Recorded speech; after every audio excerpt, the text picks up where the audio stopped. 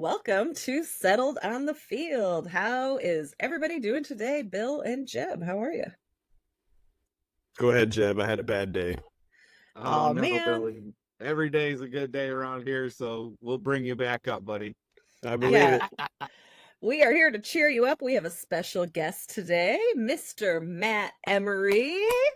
All right. Yeah, 1996 graduate of John Adams High School, host of the Right. Memory Mission podcast and Round the Bend Now and Then podcast. Husband, father, and principal extraordinaire. Matt here used to be the principal of me and Bill's alma mater, Tarkington. Go Tigers. Tarkington Tigers. Woo! We're excited to have Matt here today to give us a viewpoint from the administrative side of sports and education and all things kid related, right? Absolutely. Welcome Hey, to the Matt, show, we Matt. left out, you batted about 460 for Wagner Young back in the day at Eastside Senior League. You could probably cut that number in half, Jablonski, but I enjoyed every minute of it. I enjoyed every minute playing there. And what's wild is my dad just as they're getting up in age, they're cleaning out their house, dropping stuff on us randomly. He just dropped a few Eastside Little League hats on me, including Wagner Young and Curtis products. Oh, So- Curtis nice. Products. It's always That's good to awesome. have an old hat, for sure. Exactly. And now, are you still an avid runner, Matt? Because I know you ran I've the jogged mini, for right? years. I've jogged, I think, altogether like 15 of the half marathons, and like half of those, about 8 of them were in Indianapolis. Many. But Oh, yeah. about, I don't know, a year and a half ago, the old slit discs in the back, put a damper in the running. So Puts a damper. now I'm now Don't we get me walk. started. We walk the dogs instead of I run walk. the dogs. Oh, I'm all over the We always place. talk about how we like to All go over for the walks around here. when I used to drive, I used to like jog to Notre Dame on campus, jog on campus, jog home. Now I drive to campus, get out of the car, and then walk on campus. That's nice. That's what we do. Just got to keep it moving. Gotta keep it moving. That's awesome. So how was everybody's weekend? I want to know, did any of you see the Aurora Borealis? The pictures we took on the phone showed it better than what we actually saw. Really? So it was kind of cool. Okay. You could see it. It was definitely brighter to the north. And then when you took a picture with your phone, you could see more of a glow, but I I've didn't heard really that. see it per se. What about you, Matt? I saw you posted something, or was that from your parents? That was from my parents on Granger, and Ah. because though I went outside to look, but there's too many lights in the city. Yeah. They live out in Granger, and so probably all cornfield and stuff. But man, That's I what my couldn't believe mom saw it. Yeah. it. Insane. It was cloudy here, first of all, I just would like to say that I did see the Northern Lights in 2001. I still talk about it because it was the greatest thing I've ever seen. I went to Cherry Beach. There she was. I was just up here in there. Michigan? Yeah, I was Oh, okay. randomly there. And I had no clue. I don't even think I knew what the Northern Lights were. And I was up there drinking beers on the beach. And all of a Right. sudden, pooh, Northern Lights. Not planned. It was like seriously Beautiful. one of my top 5 moments in life. I still talk about. So if you have the opportunity to ever see the Northern Lights, it's worth It's getting better out than there and just driving somewhere to see them.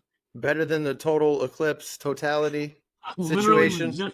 I literally hear the state. It can't be. A It couple was. green waves is not better than what I just saw like a month ago. There's no That way. was cool as shit, I will say. But I don't know. It's hard. It was so. I mean, hey, it's been over 20 years. I'm still talking about it. And That's I'm like planning trips to Iceland so I can try to see it again. Because I didn't know that if I had just drove to Michigan this weekend, I probably could see it.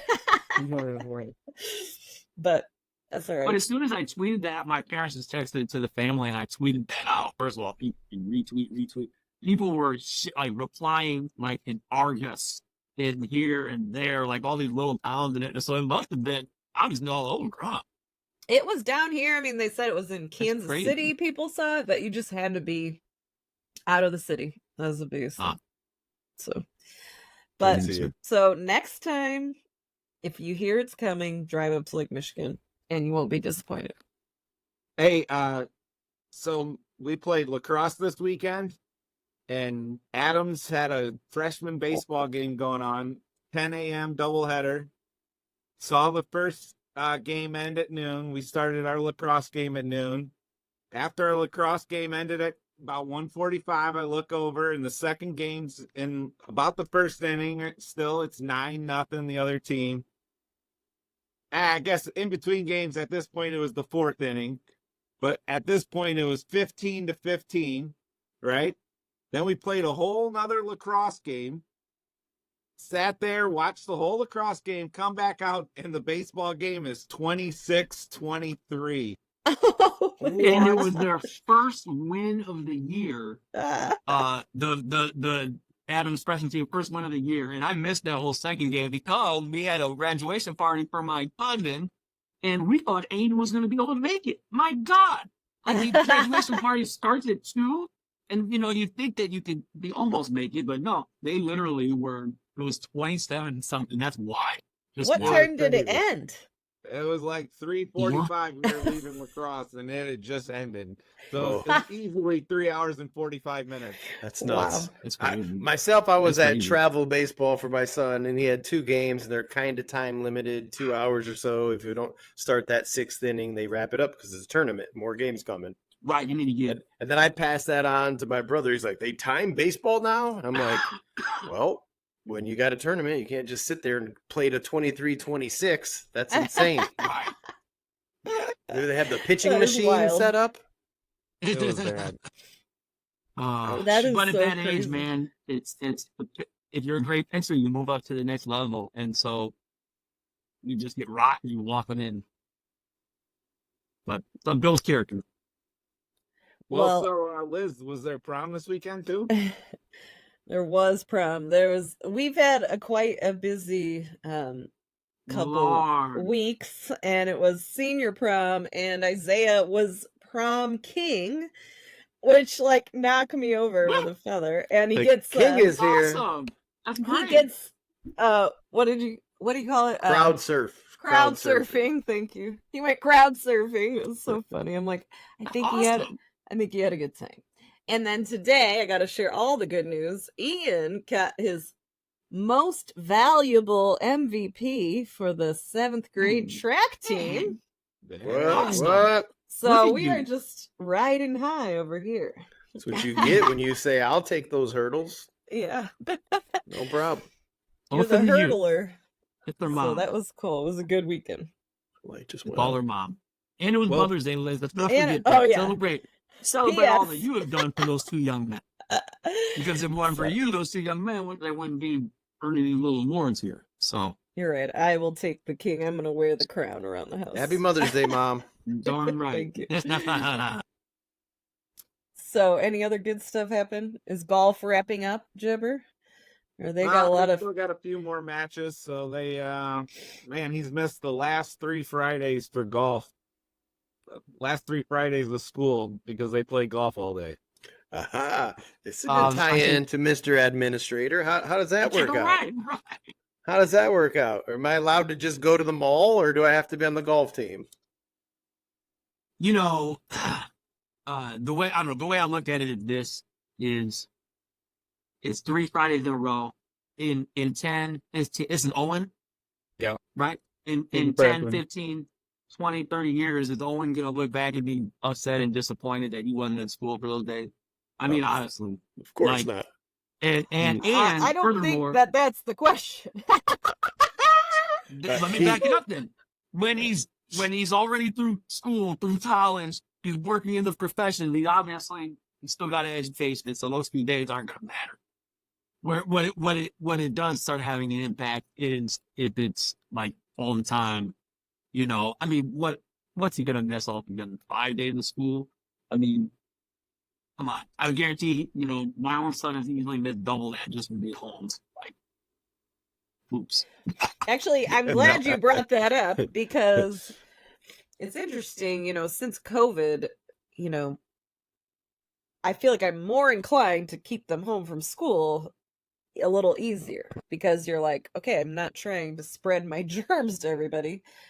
Generally speaking, if they're sneezing like me or coughing or something, I'm more inclined to say just stay home, because we kind of got used to that. Like, you're not supposed to go if you're sick.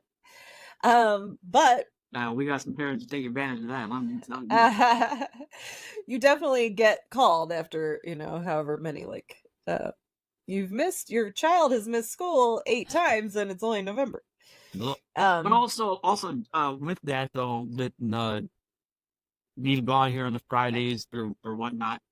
Also, there's the choir. They go do performances during the day, like at the nursing home. The art department, art kids, they may be going doing art shows. So it's not just athletics missing out on that. To me, that's a part of the whole experience. That is truly a part of the whole experience. As long as it's balanced and if Owen not struggling in school. And if he was struggling, the school needs to help support him, because they are pulling them out for that. So yeah, that's just my thought there. As a parent, if he's doing what he needs to do, then it's good to go, man. So it's a little awkward to just be gone, but all right, I guess it works. Hey, I skip classes all the darn time, not to play golf. I wish I would have gone to play golf when I did. I was an idiot. A good point. Yeah, that's what I know. We were just skipping to sleep in or something. Not taking advantage of the breakfast spot. Yeah, the breakfast spot was on the list, but we've got too many rule breakers in here not to focus on some of the rules. So I'm going to throw it over to Jeb for that rule of the day.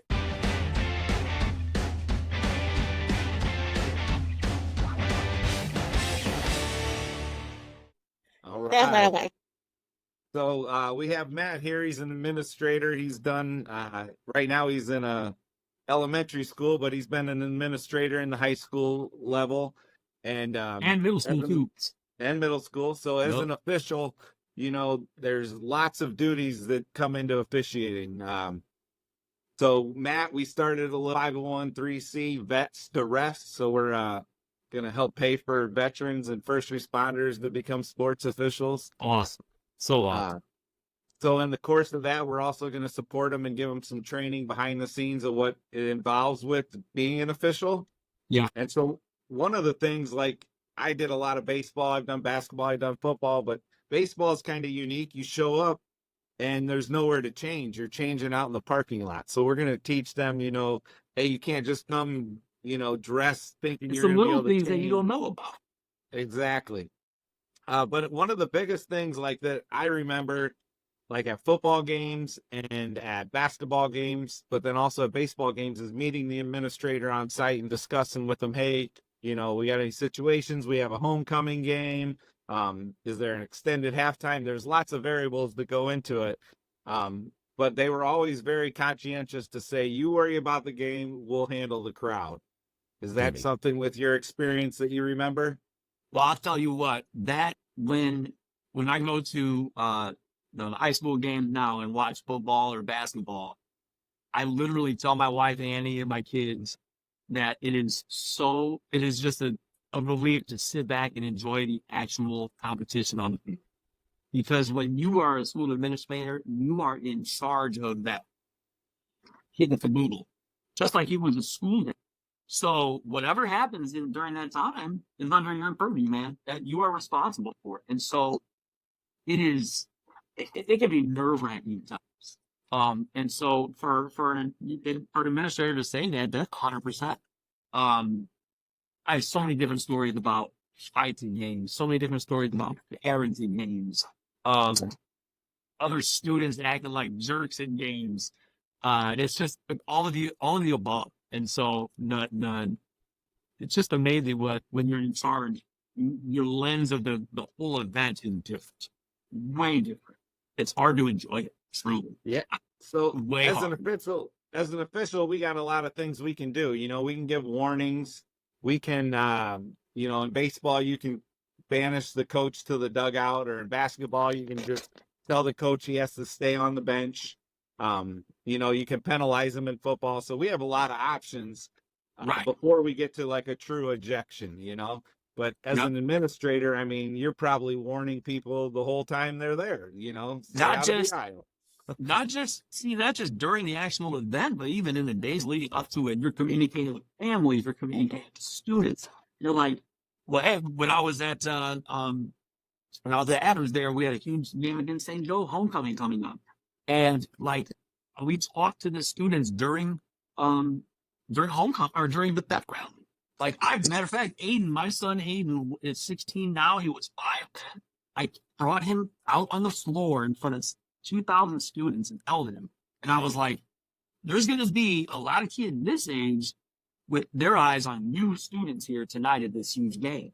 And so just to put the kids' lives in a different light, that it's not just them, there's all these people are watching you. So Judd is not just at the game being, there's prep work ahead of time.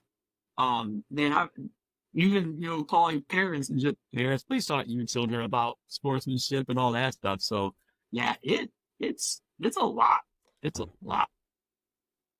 I mean, the games can't happen without the officials, but they sure as heck can't happen without the administrators. I mean, they go through a ton game day and before, and afterwards. They're usually the last person to leave the building. It's hard. So, I just wonder personally, so like I'm an athletic director, and if I have a coach that's thrown out of a game or something, I get with them and meet with them and, explain to them this is not how it's going to work. In the high school level, does that just fall on to the athletic director, or does it sometimes get involved with the other administrators as well sometimes? In my experience, it first line of defense is obviously the coach, but then the athletic director, and then it would probably depend on the athletic director, principal relationship, the athletic director, principal, or the athletic director's skill in managing a lot of tough situations too. There's so many different situations that come across our plate that the building principal may say, hey, you know what? I got this. Or what. So I'm sure it probably just varies from school to schools. I know how I would operate I would try not to meddle at all. Not at all, but at least as possible. Because what can end up happening is these parents are going to email me up here all day wanting me to overthrow what the AD said. And so the less that I'm involved, the better. I'm not trying to step on his or her toes. Because I hired him or her because of their ability to do that. Well, thanks, Matt. Let's send it over to Liz for Beyond the Bench. All right, thank you. And that was great, really good insight. And just thinking about, I just have a follow-up as part of administrators go. So we've been talking about on the podcast how the way that new sports get, I don't know what the proper word is, elected. There are rules that bring the sports and make them an official IHSAA sport. Sanctioned. Thank you. You're also, I think. So there are definite rules, and recently girls wrestling became a sanctioned sport. Boys volleyball became a sanctioned sport this year. So I'm just curious, on the side of the administration, do you all have any kind of say in, like, so you get money? Obviously, the booster club hopefully is raising money for the whole school. And then, maybe football brings in the most, and then maybe, I don't know, basketball brings in the second most. So you have to allocate that money. How do they allocate or decide, okay, we want to give some money to some of these sports that maybe are not sanctioned? I don't know if you know the answer to this. But, and I would assume the parents like pressure, like, we want girls wrestling, we really want them. So, like, I would assume, so basically you're talking about a sport from the ground level in school. I mean, like, literally ground level. So first and foremost, I'd assume you have to have the demand for it. But you'd have to have a group of kids who say, yeah, I want to play. Because the in IHSAA can say, yes, we have, male volleyball right now. But if a school doesn't have a male volleyball team, what are you going to do? Then you got to talk about finding a team like that. So I would assume that first and foremost there has to be a need. But from there, it would be the same way, probably allocating money as Well, heck, you know what? As I'm talking this out loud, it may be less with one more sport, maybe less altogether because, like you had said, the main draws are the football and basketball. So more fundraising, just like the club sports. Yeah. So the club sports probably do most of the fundraising because they are club sports currently, and then they are working to So get they're sanctioned. all pros on fundraising, huh? I've got Yeah. the club sports on its time. They all are though, guys. They all. I mean, you guys know. Every team is always raising funds. They're always raising funds for uniforms, for this, for that. I mean, it's a constant fundraising.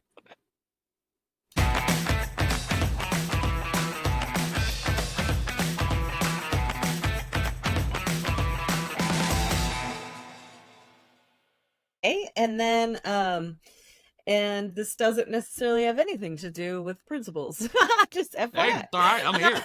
I love a good tip. But so we've been talking about camp season is upon us for all the recruits that are out there trying to get recruited, whether it's football, volleyball, basketball. The summer is the time to get out there and hit those camps. And my tip of the day today is to not go to these camps blind. Call the coaches or send them an email or send them a note. So we've been talking about doing this in general on the show, but before the camp, you want them to have a clue and to be looking out for you. So you might have picked out 5 camps to go to this summer, and maybe it's a mega camp, in which case send a text or an email to any of the coaches that are going to be at those mega camps. But if you're going to a specific school, like, oh, my number one school, I really want to go to Texas A&M, make sure you find that coach and all the coaches and send them and try to get a hold of them so that you're not going to this camp blindly where they have no clue who you are. You want them to be looking for you. Tell them, I'm coming to the camp on this date. Can't wait to meet you. You can tell them what you're going to be wearing. You can tell them what to look for. Send them a picture of you. And then be sure when you get there to introduce yourself at the camp. Because if they have no clue that you're coming and they have no idea what your skills are, you can easily get lost in the shuffle. So make sure that you're reaching out. And it's a two-way street here because you might be going to some camps and the coaches are already calling you. And definitely I would go to those camps. But you have your own goals and you have your own schools that you really want to go to. So make sure you're reaching out. Matt, do you guys, when you were an administrator at Adams or wherever, did you ever write recommendations for athletes that were, directed towards a coach at the next That's a good level? question right there. Or was it more I never had to and then vice assistant principal and enticement, but I would assume that regularly there's a coach or whatnot, right? Real recommendations. Yeah, absolutely. They'll reach out to your coaches and ask it. Hey, having a letter of recommendation from your principal can't hurt. Right. I read letters for other kids. I mean, but just not particularly athletics in college. College and academics. Easy. The other things Yes. too, jobs. Yeah. So I want to know another question that I have. So now you're in the elementary age group, and what do you think? So with all this pay to play, travel sports, is that what essentially kind of I want to say killed, but there's not a lot of elementary sports Damaged. these days. Am I right? I think that you can't say it's one thing. I would assume that with all of these different sports after school, absolutely. I mean, I'm in my office today, and my secretary, her son goes to my school too, right, in 4th grade, and so I'm just hearing her talking to him at the end of the school day. Jill, we got to get to this field at this time at 4 o'clock after school. Then we have to get to this field at this time. And I'm thinking, gosh, if we had sports here, this kid, you would have to pick. So that's probably one aspect of it. Another aspect could be funding, budgets. Another aspect could be like even something as simple as transportation. That comes back to fund also. Another aspect would be some kids are just lazy now. Let's be blunt. Well, They don't want to go outside. I'm just being honest. I've worked with children all day no, long. I mean, that's 100%. 100%. And so they don't get that active, and so I think Right. that it just that can be all the different reasons. Well, I was just gonna say I'm in an elementary school in a more diverse area, more urban area. We have children in poverty, and so if I was working in an elementary school, maybe in a different setting, it could be different. So Well, that's just when I think about it. That to me is what makes it sad. We used to have the activity bus, if you recall. We would be on that bus for like hours. I feel like because it took everybody home, no matter where you lived. Yeah. And like Yup. living in Granger and going to school at Adams, I was like the last person to get up that bus. Every hated it. time. Freshman year, Oh. last person dropped off. It was so annoying. But that being said, it was nice that it existed. It was like, Absolutely. and Absolutely. I feel, it's sad because I think some of those kids, like you said, that they're lazy. Maybe they're lazy and they don't want to go that extra mile. They get home from school at 2:30 and then they have to go to practice at 4:30. They're all comfy when they get home. But if you had to just stay after school and go directly to practice, they'd probably be a little more inclined to play, I think. I just think it's it's too bad that we don't have that activity bus anymore. And what we're gonna have Could be a short bus. Well, but that's what some of these creative thinking. They're like, hey, each school can have their own little bus. You got to get one of the staff members with a CEO or whatever, and then that staff. I mean, you have to be creative, but it may also not just be money. It can be we don't have the dang bus drivers. Well, hey, I drove the bus for the freshman JV football at Brebeuf. They didn't even ask me for my license. They just said, "Can you drive?" And I was like, "Come on." Yep, because they didn't want to. Of course, I can drive. Fly gates to the games and everything. But yeah, I wish they would incorporate it more into like the actual school day, like just extend the school day by 40 minutes, and they do. They have all their clubs. You can do sports, you can do drama, you can do band. Like, I mean, it's asking the teachers to stay longer, or maybe just cut something else out. Like, I mean, here we go. You can actually eliminate during the day, but I think kids would be in tune to like having that opportunity from 2:45 to 4:00 doing something they love, and that could be held over their head to get them to that point in the day. It's there's so many things. I mean, I'm just seriously like there's so many things that we're tasked with, in the schools, and ultimately I will lose my job not because of athletics, it's because of academics. And so like, and I will, man, I can't, straight up test scores, straight up 1 test score a year. And so when you have people's livelihoods on the line, like, look, man, this amount of hours of the day, cut this out and add this, but if you fit this out, it can be less academics, and then you go down. I mean, it's hardcore. But Jeb, 100,000%. I swear, if we can do that and integrate way more athletics into the school day, I would. And it's not just athletics, extracurricular. Let's not forget the children who are in band, orchestra, the fine arts, drama. They bust their hum sometimes harder than athletes too. So it's not just athletics, man. It's all of those. I wish we could give more, because, man, when kids get passionate about something, when you have to tell that they love it and they're good at it, confident, man, it's just everything falls into line in my experience. It's just that when you have people, scores, and it helps 100%. But Bill and Liz, you live down there near these folks who are making the laws and who are putting all these unfunded mandates on us, and athletics are not one of them. Yeah. All true.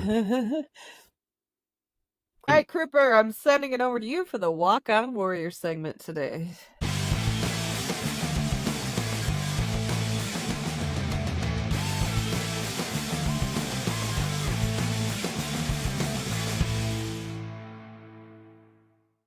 All right, Matt. Welcome to the Walk On Warriors segment.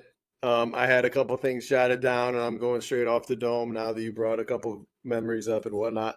But I see right behind you is a Cubs sign, so I need to know, where were you in the fall of 2016, Game 7? Your life has been going on forever, and they finally see the Cubs win a World Series. Tell me about it. And I got goosebumps just thinking about it. Just you even bringing it up.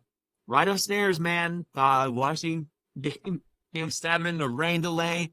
My son Aiden was, what grade was he in? I think he was like in the 3rd grade. And my other son was in high school.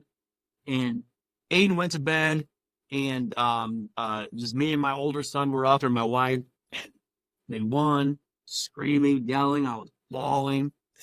And my son Aiden, the next day at school, in his journal entry, he wrote a whole page of the night before, and he wrote the whole page out, and it was so awesome. It made me go to bed when it started raining, but then I heard my dad screaming and yelling, and then I came out and he was crying, and the Cubs won the World Series. I have that letter he wrote me framed in my office. Oh, that's at perfect. school. It's the sweetest so thing. And to this day, I'm surprised you can't hear that kid up there screaming, yelling at the Cubs right now. Because the Braves are winning 2-0. All right, real quick, Jeb and Liz, where were you guys at? We gotta do across the board on this one. I was watching on the couch and I fell asleep because it was like a long game. And I was like trying hard to stay up, trying hard. And then I woke up, luckily.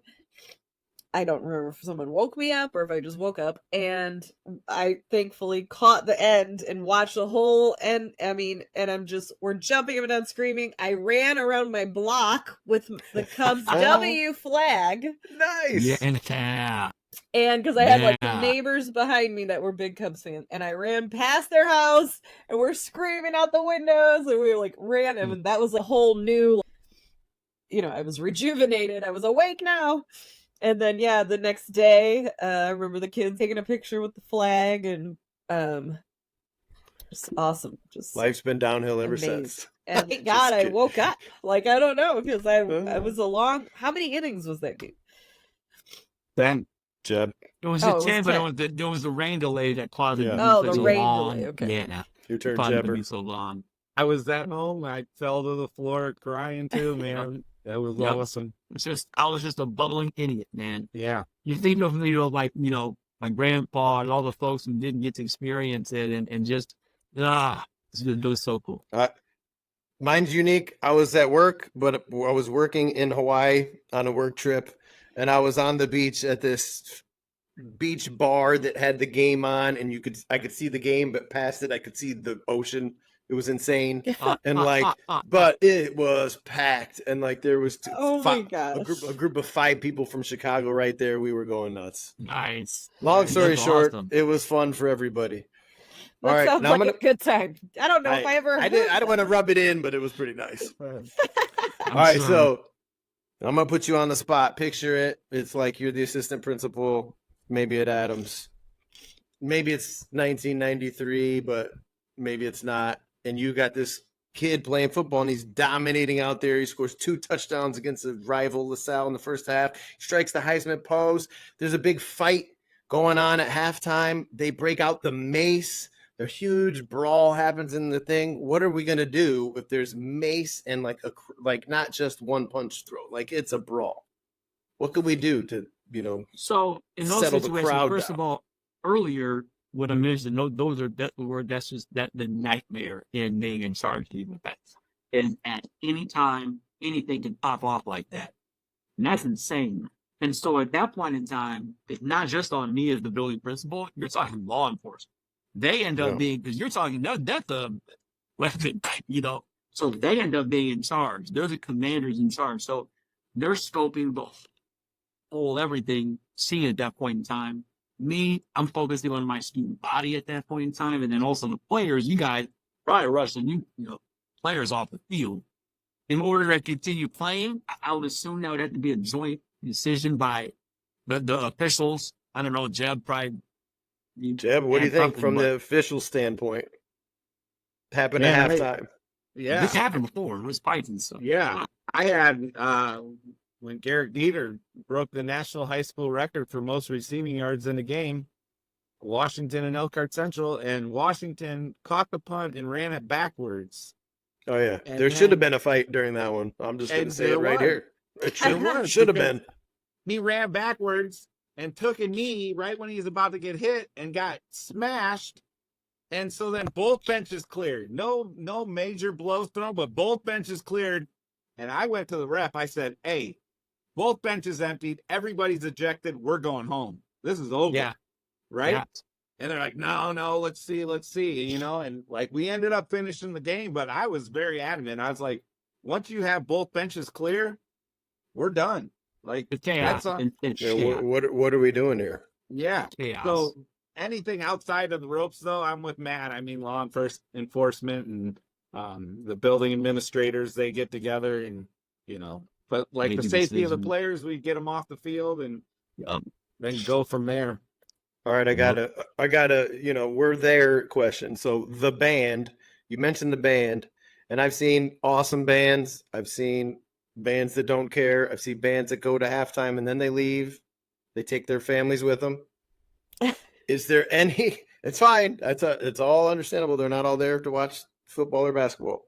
Can there be a smaller section, like the coolest dudes in the band who just want to be the pep band and they want to play the whole, like, they just want to sit there on a Friday night and play? Like, is that a thing? Because it's a thing in college. You mean like just like a handful of them just staying and going to college? Like the marching band. Yeah, like that. comes. I don't care if you march. I just want to hear the music. Like, so if you're just sitting there and there's 8 of you and you got a drummer and a trumpet and like, let's go. I know what You you're know? saying. I mean, Give for the some most pep. part, they have, for the most part. Oh, no, you're talking like the whole time, huh? When it's appropriate. It would probably depend on the program, depend on what kids are eyeballing and that type of stuff. Do you have a kid But they're talented enough? allowed to do it, I think is his question. Are they Oh, allowed to do it? Yeah. you Definitely. mean if they're not in the band, but they are in the student body? No. Let me No. rephrase. You got a 459,000 man marching band. You're going to go to state to win the marching band. Congratulations. You're better than the football team. The football team's 1-9. It's 1995. Right. Bill Kruper's team is terrible. But in the Shannon third and fourth quarter, I haven't heard a or a yet. So can we get 8 to 10 to maybe 20? Like, not the whole, like, just stick You around and play the fight song maybe. You're staying. Yeah, All right, I got one more for you, and then they're we'll allowed to. kick it over to Liz. All right, so the last one is more, administrative AD situation. You got a team, whether it's football or basketball, baseball, whatever. They're just terrible. Like, they don't have the guns, they don't have the players. There's 5 people, whatever it is. They're just not that Right. good. Like, how is it possible to help? The school entire system, like the community, get them to help them out anyway. Like, Man, is it just a lost cause after you're 0-4 in any sport or what? I don't know if there's an exact answer to this, but it's an example of how powerful sports are in a school, how powerful athletics are in a school building. When you have a team that's good, when you have a team that's winning, I mean, the school is just the school's almost floating and levitating, man. You have more parental involvement. You have more alumni coming back again. You have all of these things when your athletic team. And so when your athletic teams are not as good, you don't have all that as much. It may differ. I don't know. Maybe you're in one high school towns, Mishawaka, Bremen, Goshen, those. I don't know. It may differ, but I know like in South Bend Adams, man, if the football team isn't good, you're just not having many people there coming, and so and also 1 or 2 star players. It's same as like college, same as the pros, man. 1 or 2 star players, even if your team's not winning as much, but there's a stud. Again, that can drive morale. It's man, athletics huge. All right, well, let's hope the athletics stick around, stay in the school system, stay as part of the day. Well, first I want to ask Jed because I'm wondering if Jed might have a trivia question for us today. I do. So we're talking Olympics. Paris, we're under 100 days away. So it's kind of a trick question here. What is the most unique thing about the Olympic ceremonies, the Olympic opening ceremonies this year? The most So unique traditionally, thing? you have the Olympics ceremony, everybody parades into the stadium and brings their flags in. So does anybody know what's going to be uniquely different this year? Did somebody want the Eiffel Tower? Are they going to be outside underneath that? You're on the right path. He's Okay. like, you got it on the first. Okay, are they going to light the torch at the top of the Eiffel Tower? Ooh, That would be bad. I don't know that they've announced that yet, but that's a good. That'd be badass right there. So it has something to do with the flags? Well, just the whole opening ceremonies Okay. in itself. They've had it in the Los Angeles Coliseum. So it's not going to be in a Coliseum or a stadium. It's going to be outside somewhere. Arc Is de it like down the Triomphe. street?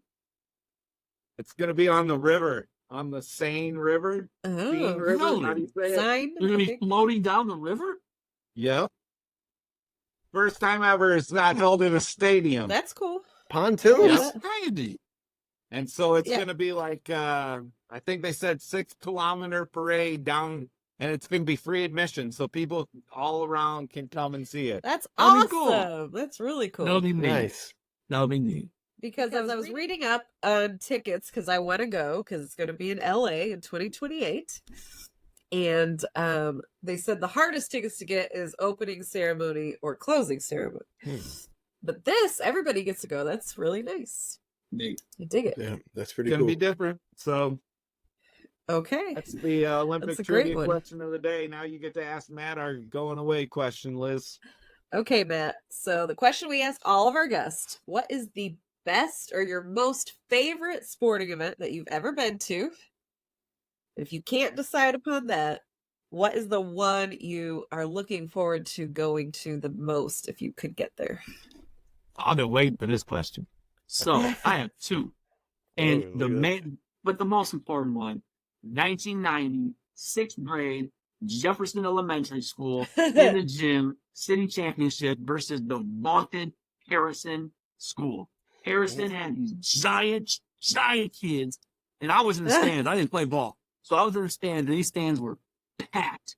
And at the time, it seemed like it was just chaos in the gym, and when you go back later on, that gym is tight. But at the time, it seemed and so we couldn't beat him all year. Mr. Harris is the coach.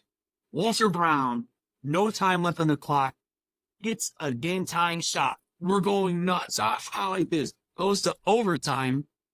Martina Ricky, who was tall at the time in 6th grade, because he hasn't grown since. He That's was a long 5'8" time ago. Then. He was 5'8" then, and he was taller than a lot of them. Martina Ricky in overtime puts a shot up in the paint. Buzzer hits, the ball bouncing. All of us are standing like waiting, and he goes in to win the city championship. We just rushed the floor and went to town, man. Oh, it was so awesome.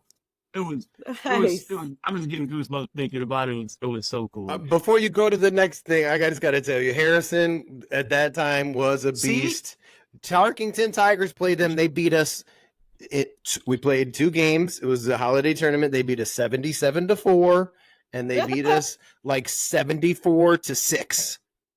That was the straight same up era. 100 Exact same era. All those kids went to Navarre and then to Washington, and Yeah. the tallest dude's name was Jason. He could dunk in like 5th grade. It was ridiculous. Well, we had Brian Lightahall, Sean Pittman, Deion Herring, all them too. So, but Harrison, it was, dude, they were men. That's They- wild. But then my favorite athletic event as an adult, 2002 IU went to the Elite Eight game in Rupp Arena against Kent State. They had Roy's record for 3-pointers. They won that. And then we went to the Final Four the next week down in Atlanta. Florida. Oh, Atlanta. It was Okay. in Atlanta. They lost to Maryland in the championship, Yeah. but that was fun. Nice. And this I won't share the surrounding events to both of those weekends, but you know.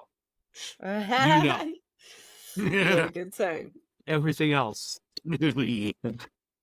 Well, we had a great Nice. time with you here with us. Oh, it's Thank you fun. for joining us. For sure. And we're looking forward to joining you at your show sometime. Thanks for keeping Yes. it We'll PG-13. Keep dominating, Matt. PG-13. Don't talk about I it, be appreciate it. about That was it. fun.